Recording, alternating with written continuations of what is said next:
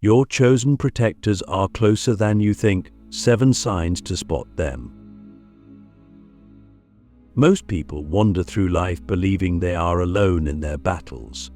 They think protection is something external, locked in vaults, guarded by security, or summoned in crisis through luck or sheer willpower. But you and I, if we've been paying attention to the whispers beneath reality, we know something deeper, something ancient. The truth is, your chosen protectors are already here, closer than you think, closer than your own breath, watching, guiding, sometimes interfering in ways so subtle you mistake them for coincidence. But nothing about your life has ever been random, has it? I want you to think back. Have you ever survived something you weren't supposed to? An accident avoided by milliseconds? A toxic person removed just before they ruined you? A strange urge to turn left instead of right? What if I told you those weren't accidents? What if I told you there's a force assigned to your life, and not just a force, but beings, energy forms, even people living right beside you who are spiritually coded to protect you whether you realize it or not? Click subscribe to this channel to get more profound spiritual lesson. I'm not just talking about guardian angels or spirit guides in the mystical sense, though they're real too. I'm talking about something more personalized. Chosen protectors. Assigned to your soul before you even took your first breath. Selected by design, not just to save you but to test you, trigger you, awaken you, and redirect your fate when you forget who you are. They are not always glowing celestial figures. In fact, most of the time they look like us. Ordinary. Human. Flawed. That's the catch. Your protectors don't always come in the form you expect. And unless your inner eye is open, you'll miss them. So how do you know? That's what we're going to uncover together. The 7 signs. But before we even go into the signs, you have to understand this: your journey isn't being watched from afar like some spiritual movie. It's interactive. You're not alone on this battlefield of life. You were never meant to fight every demon, every heartbreak, every dark night on your own. That's why protectors were assigned. That's why they were placed closer than you think, right inside the very tapestry of your relationships, your experiences, and even your pain. Let me tell you a story. A few years ago, I met a man who claimed he had seen death, not metaphorically, literally. He told me that one night, while driving alone through the mountains, he felt something pull his hands off the wheel, just milliseconds before his car would have plunged over the edge.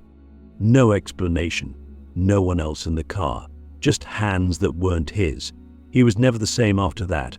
He changed his life, started seeing synchronicities, dreams intensified, and strangely he kept running into the same old woman in different places. Once in a church, once in a hospital, once at a train station. Same face, same energy, always looking at him like she knew.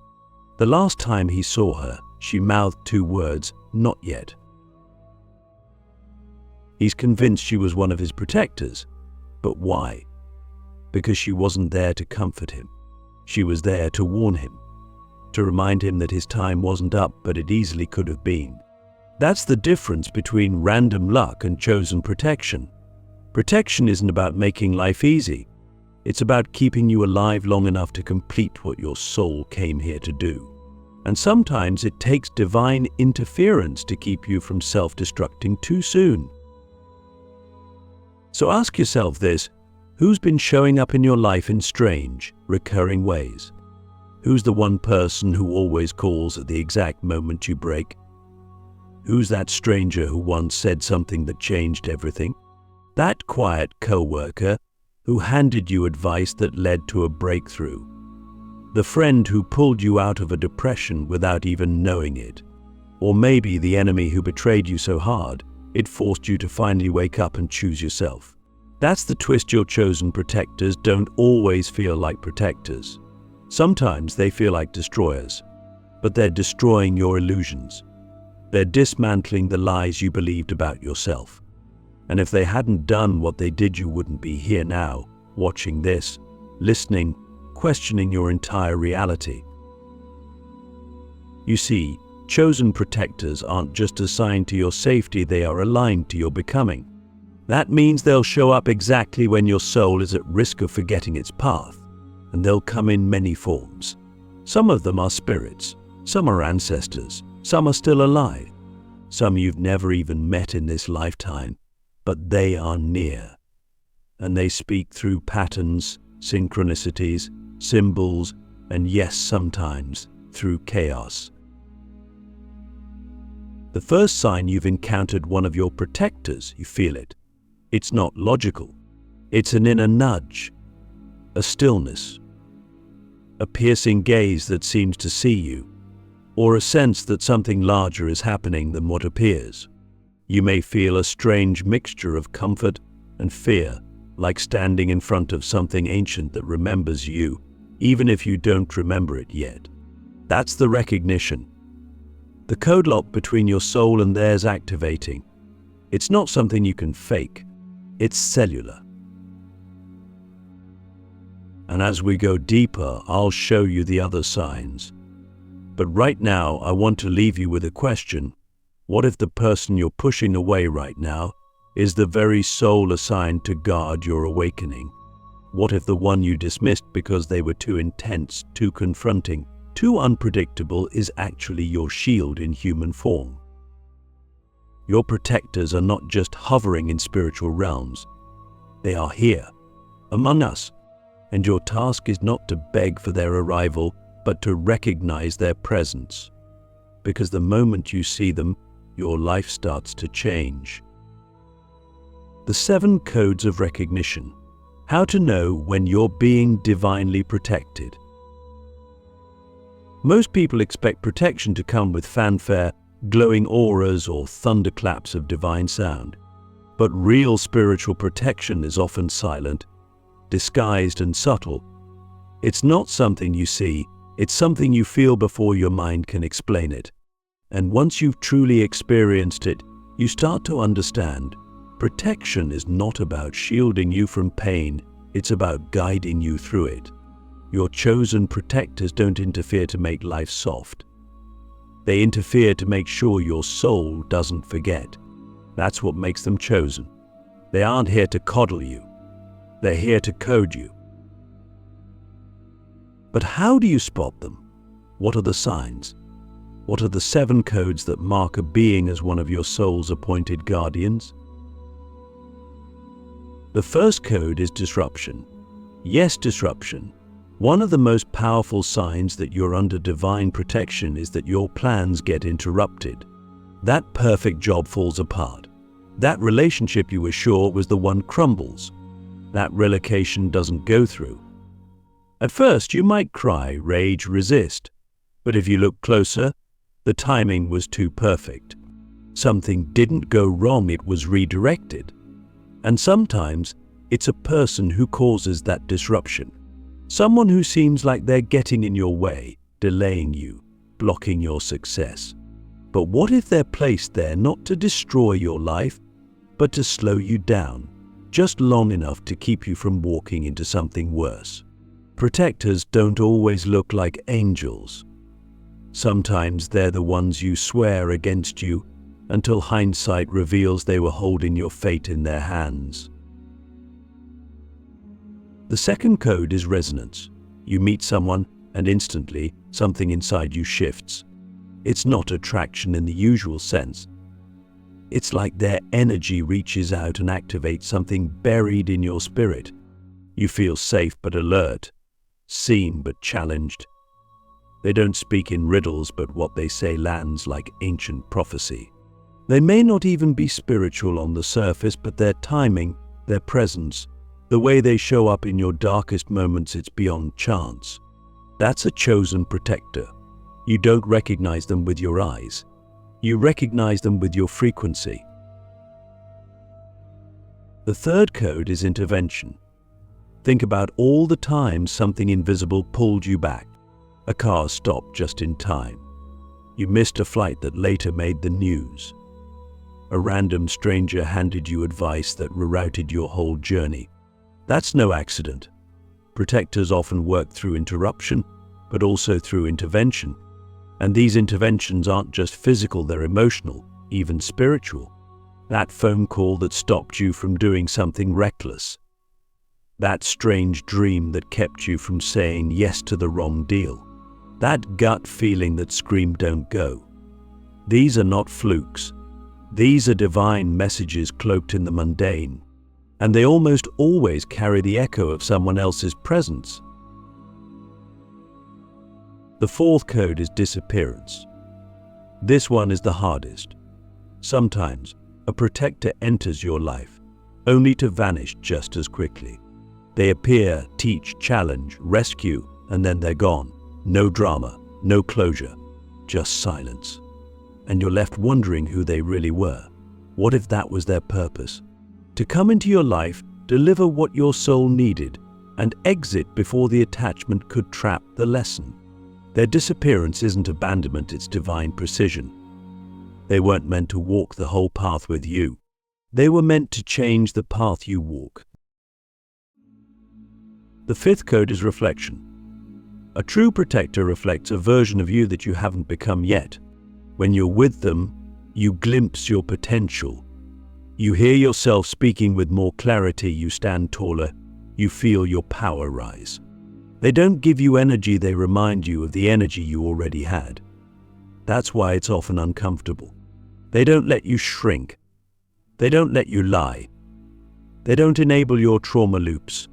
Instead, they challenge you directly, lovingly, sometimes forceful, to grow into your true self. The sixth code is neutrality. Real protectors are not obsessed with being liked. They don't manipulate. They don't try to impress. In fact, they're often the most emotionally neutral people in your life. They don't overreact. They don't overextend. They just are. Calm, steady, unwavering. You may even overlook them because they're not dramatic or flashy. But when crisis hits, they're there. Their neutrality isn't coldness, it's spiritual stability. They are anchored. That's what makes them safe. That's what makes them trustworthy. And finally, the seventh code, remembrance. This is the rarest sign of all. A moment when you're with them and you suddenly feel like you've known them forever. Not in a romantic or nostalgic way, but in a deep, soul-bonded sense that defies time. You look in their eyes and something ancient stirs, not a memory but a remembrance. Like your spirit is whispering, "There you are. I remember now. We made a vow. You don't even need words. Just presence, just recognition." And that's the final confirmation. Because your chosen protectors aren't new to your story. They've been part of it for lifetimes. And when you remember, so do they. So I ask you now, as a soul not just watching this, but awakening through it, who are you remembering right now? Whose energy just came to mind? Whose silence or presence has always felt like a kind of guidance, even when unspoken? Your chosen protectors are never far, but your awakening depends on this one thing: the courage to see what has been protecting you all along. They protect you through pain, while your struggles are secret shields in disguise.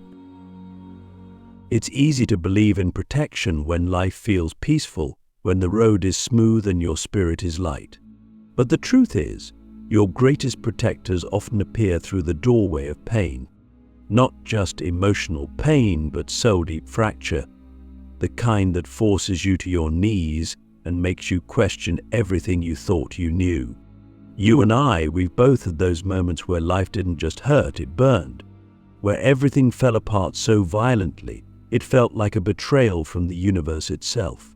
But here's the hidden code almost nobody tells you: that collapse was not punishment, it was protection. You see, the pain wasn't random. It was precise, orchestrated by an intelligence far beyond our human perception, executed by forces that love you more deeply than you could possibly understand. These protectors, whether embodied as people, energies, or spiritual contracts, don't always rescue you in ways that feel good. Sometimes they rescue you by removing what you thought you couldn't live without. That relationship you thought was your soulmate, the one that shattered your heart. What if they were never meant to stay, but meant to break the cage around your identity so your real self could emerge? That heartbreak didn't destroy you. It protected you from settling for a life that was too small for your destiny. Every struggle you've faced that seemed unfair, every season of rejection, abandonment, or isolation was layered with protection. But only when you zoom out, when you view your path from a higher altitude, does the pattern become clear. The pain wasn't random, it was a recalibration. And the force behind it was protective. That illness that slowed you down, it kept you from burning out. That failure that made you question your worth, it blocked you from succeeding in the wrong direction. That betrayal you didn't see coming, it exposed the cracks before they turned into an unhealable fracture. What's radical, what flips the entire paradigm, is realizing that these protectors didn't just help you avoid danger, they helped you evolve. And that means some of your deepest pain wasn't just protection, it was preparation. A painful awakening is still an awakening. And often the universe chooses pain because it's the only language the ego can't argue with. When everything is going right, you don't listen, you cruise, you perform, you conform. But when the pain hits, you wake up, your illusions fall, your truth rises. And in that breakdown, the protector steps forward, not always in form, but in purpose. I want you to ask yourself something hard. What if the worst season of your life was your soul's most powerful shield? What if the loss that made you feel cursed was actually the shield that blocked your greatest spiritual enemy? What if the very thing you hated the most was divinely placed to reroute you before it was too late? This is not spiritual bypassing. This is sacred strategy. And you, whether you realize it or not, are being guarded by it. Sometimes it's a friend who walks with you through darkness, holding space without solutions. Sometimes it's a stranger who appears with a message that cracks your mind wide open. But other times it's invisible, just a pressure in the chest, a quiet whisper to wait. A delay that makes no sense until it does. You begin to see that life is layered with spiritual engineering, and your chosen protectors are the architects of your survival and your becoming. And make no mistake, some of your protectors come through people who hurt you. That's the paradox. They didn't hurt you because they were protectors. They were protectors because the pain they caused woke you up. They activated your spiritual immune system. They forced you to reclaim power you had long given away. They made you feel small so you would remember how big you really are. And after the dust settled, who did you become? Stronger, wiser, unapologetically aligned. That is protection in disguise. That is grace in its rawest form. Protection, in the world of dark chosen ones and awakened souls, does not mean comfort. It means course correction. It means every setback is encoded with an opportunity to shift frequencies, to dodge timelines, to avoid soul-deep traps. Your pain, as brutal as it has always been a shield, and the ones who triggered that pain, some of them were sent, not as villains but as mirrors, not to stay but to activate. So, instead of asking, why did this happen to me? Ask a deeper question. What did this pain protect me from? What did it make me remember? What part of myself did it resurrect? Because that's the moment you become aware of your soul's architecture. And in that moment, you don't just survive, you transform. You awaken the ability to recognize your protectors, not by their appearance, but by the energy they bring, and the truth they extract from you. They protect you by pushing you. They protect you by pulling things away. They protect you by dismantling illusions you were addicted to. And most of all, they protect you by making sure you never forget who you are. When you finally see them, how to deepen the bond with your chosen protectors. There's a sacred moment on every awakened path, a moment when you finally see them. Not just with your eyes, but with your soul. The fog clears, the chaos slows, and suddenly you recognize who has been protecting you all along. It might be someone you've known for years, or someone who just arrived. It might even be someone who's no longer in your life, but left behind a trail of clues, synchronicities, and transformation. This realization doesn't come with lightning or fireworks. It comes in stillness.